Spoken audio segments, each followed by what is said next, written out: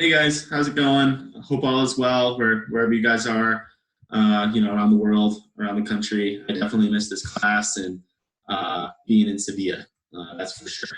Um, so I chose to do my topic or my presentation over feminism. I chose that international relations theory, and one that we didn't go into really in too much detail in the class, but I've always kind of found intriguing, so I decided to take it on.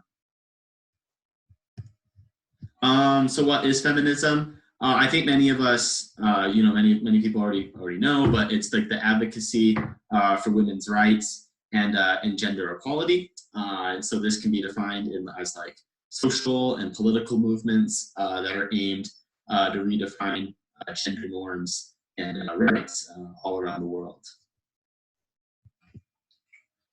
Um, and so, what is the role of feminism in international relations?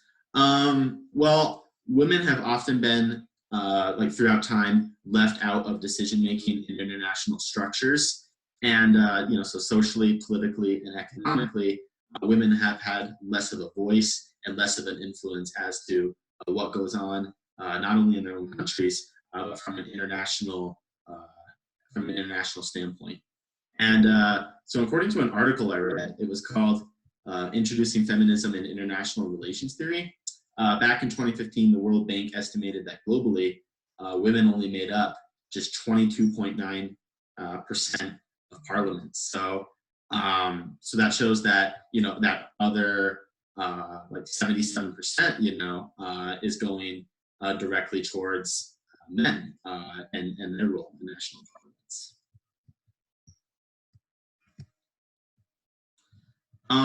So something that we talked about in this class was Karl Marx and the theory of Marxism, and that's something we touched on in the first half of the semester. And Karl Marx believes that capitalism is like the destruction of human society, and that it has been very costly to economic advancement for people, and has often marginalized people and kept them at the bottom. And he really believes that this has been costly to the advancement of women. And so what he believes is that capitalist societies, such as the United States, have not been able to, feminism has not been able to achieve its full potential of creating true equality for women due to the system of capitalism. And he believes that what we have to do is fully dismantle that system in order to bring more equality and to bring women's voices into decisions not only for the country but have them play a larger role in international relations around the world. So going off what I said about the U.S., where many of us are from, we've never had a woman as president, and this is largely a reflection of our society. And Karl Marx would theorize that a lot of it has to do with the economic system we've set up, capitalism. It's been kind of taught to marginalize people, and it's really kept women at the bottom and has not allowed them to achieve full equality and not have as large of a role in the economy and kind of what goes on in the world. And this can definitely be seen in a very prominent way, such as in the president or in many other examples as well across the country and in the world.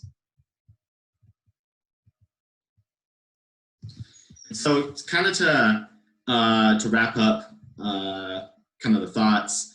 Women have not had as large of a voice when it comes to international relations for a long time. And that's kind of where this movement of, feminism sort of came from, was to change that culture, to change that environment and allow women to have more of a voice. And so feminism seeks to advocate for equal pay, equal laws, and just for women to have a larger role in politics and in our economic system around the world. And while there's definitely more work that remains in order to bring women into international politics and decision making, we have come a long way in making that advancement, but definitely like societies in that still have a lot of work to do in order to bring about more gender equality. And so it's definitely important to keep the idea of feminism in mind, and people all definitely need to still be thinking about how more women can get more and more involved in politics and in international relations in order to have their voice be heard. So thank you guys for your time. I appreciate it. I know we're just doing these short presentations, but it's good to kind of touch base like this. So I hope you all enjoyed, and I look forward to seeing your questions or comments later. Okay, thank you.